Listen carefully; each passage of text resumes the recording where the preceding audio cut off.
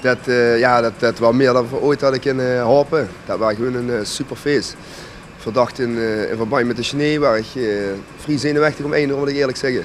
Om 10:45 sting ik op de vrachtwagen waar ik van alles aan het regelen met geluiden, microfoon. En daar zit Danny, de presentator, draait ik eens om, jongen. Ik kijk en ik denk, wow, dat is sterk, man.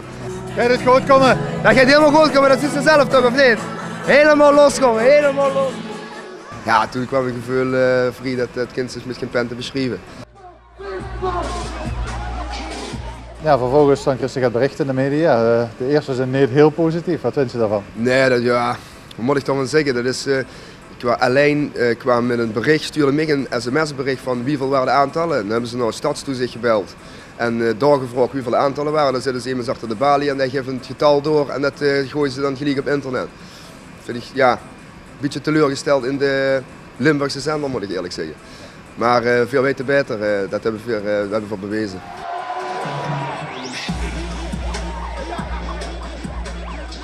Ja, en dan toch zie ik dat ze inderdaad op zo'n korte termijn dat ze medewerking hebben gekregen, hè, van heel veel mensen. Ja, daar heb ik heel veel geluk met gehad en zeker met de burgemeester. Ik vond het plan gewoon leuk, maar de volgende keer zullen we een vergunning toch 8 weken van tevoren aan moeten vragen. Want we hebben een klein beetje veel blokken, zal ik eerlijk maar zeggen. Als je het volgende week weer wil doen, dan ga je het niet door. Dan ga je het niet door, Maar dat hoeft ook zeker niet. Er is er nu in Amsterdam een Harlem Shake 1 maart gepland. Ja, tegen zo'n stad kennen we als kleine stad natuurlijk niet op. Carnavalstechnisch gezien zeker weten, maar dan doen we met de statie voor statie in 2014 gewoon nog een keer over. En dan laten we het weer zien. Dat weet ik zeker.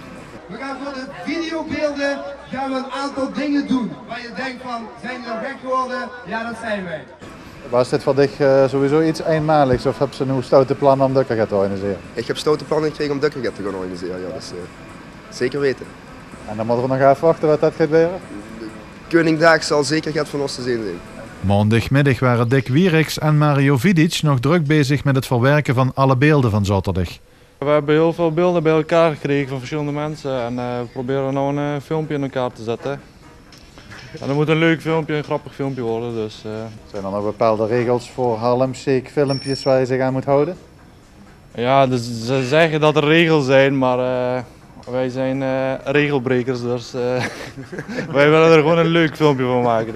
Dat is belangrijk. Vanaf maandagavond staat het resultaat op internet. Zodra het filmpje beschikbaar is, kunt je ook kijken op tv11.nl om het eindresultaat van de Harlem Shake in Remuyn te bewonderen.